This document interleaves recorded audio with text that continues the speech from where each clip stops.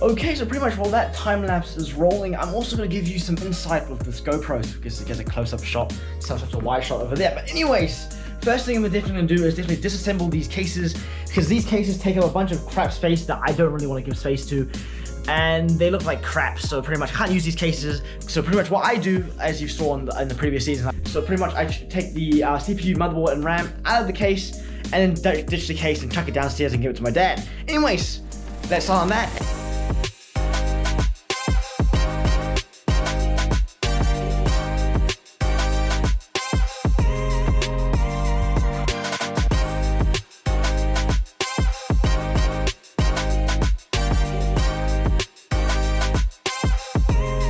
So update, currently right now we've finished 5 computers, and let's talk about what I'm doing with the parts and where I'm putting them. It's exhausting. So pretty much we have 5 cases here, side panels on the ground, haven't bothered touching that. So 5 cases, crash cases with the DVD drives and some shit fans. We have 5 power supplies, all cheap. We're gonna respray them with some spray paint, make them look better. 10 those cables in the black. Also here we're putting the motherboard, CPU, RAM, so 5 of them. Whew, this is probably the most computers I've ever had in a room at one time. Anyways, we've done 5, let's finish the rest.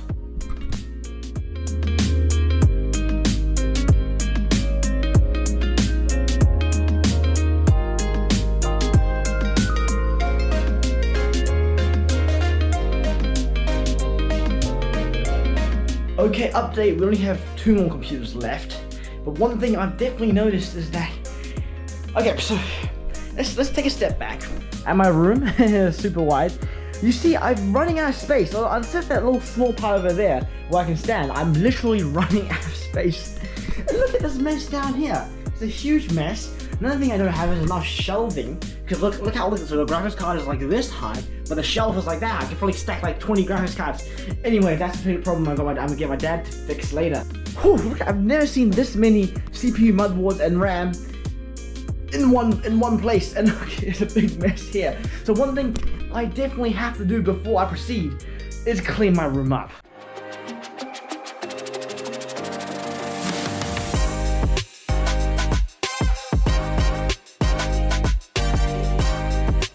Okay, so that was the last computer. This is the last case.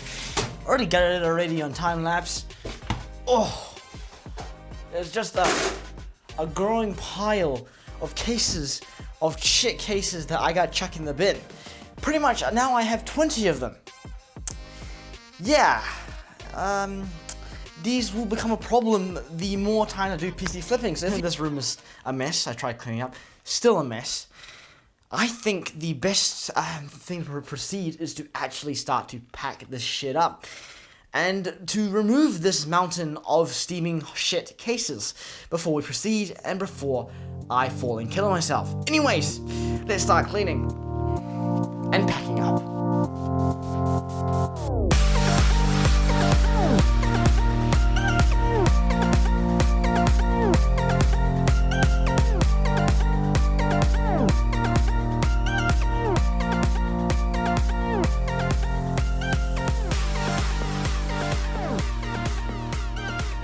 Anyways, dump the old cases downstairs. And anyways, let's start building computers tomorrow morning. Okay, so good morning. Back in the studio next morning, and you might think, oh, what are we gonna do? Don't know. First thing definitely to do is start cleaning cases. After we start cleaning cases, we can then start installing graphics cards and building PCs and starting to test them. If you saw before, we have like 4 cases already with Cool Moon installed, and the cases already. Anyways, let's go cleaning the cases from yesterday.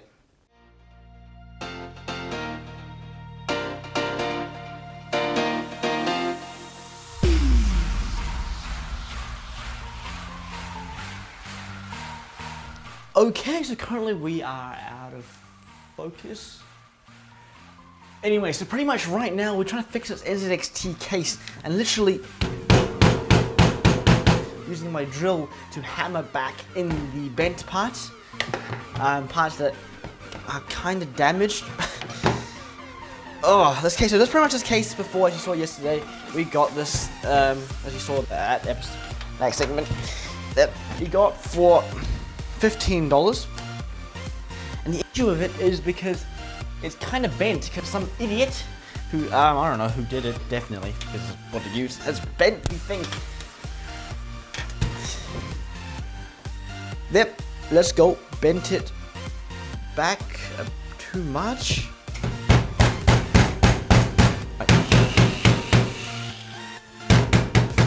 There you go, just use my, that's actually breaking it. Use another screwdriver to straighten this out. Currently is roughly straight. Also, while someone uses this case on the ground, they also bent this rod too.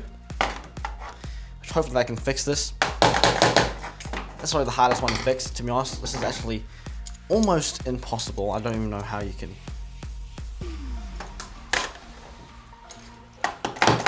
You can see here, you see that this is a smiley face. I think this goes this way. This is gonna be lovely. Trying to fix this. Actually, we might not, but we probably don't have to. What? Oh, this is a shit show. Anyways, I'm gonna go figure out how this shit works and how to rebend it. Anyways, let's continue working on this case. Okay, so currently, right now, if we look over here, anyway, so pretty much we have this Fantex. This one, as you see here, needs a PSU LED strip, and actually it's good.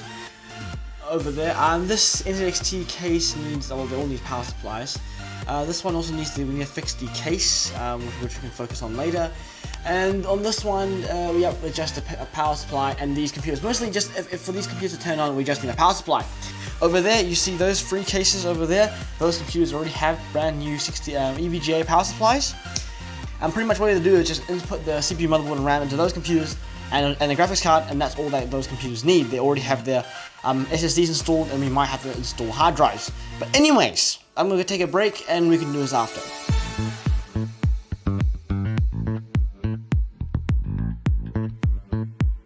Okay, so this is the first case that will actually receive a motherboard, CPU, and RAM, and be the first computer that I'll be fully completing today. Anyways, let's get started.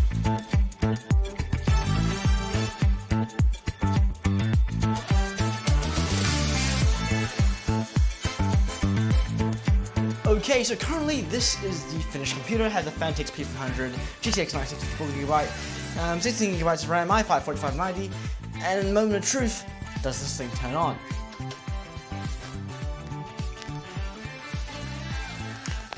I guess it does.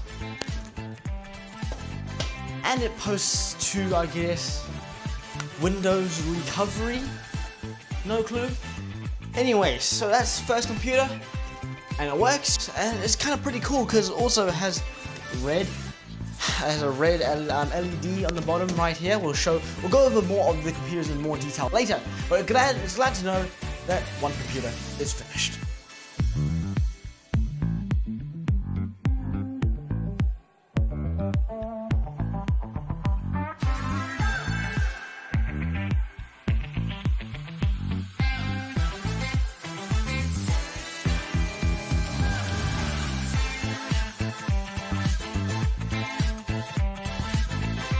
Anyways, thank you very much for watching this video. Tune in next week to see me do some more DIY PC mods and making a stealth PSU. Yeah, I don't think that's gonna go well. I'm certainly falling behind on video editing. I'm still trying to edit these videos at least twice a week, but it's more falling back to once a week. So I might have to give more work to my editor Matthew. But anyways, thank you very much for watching this video again. I'm gonna go do some more editing. Comment, like, and subscribe, and I'll see you in the next video.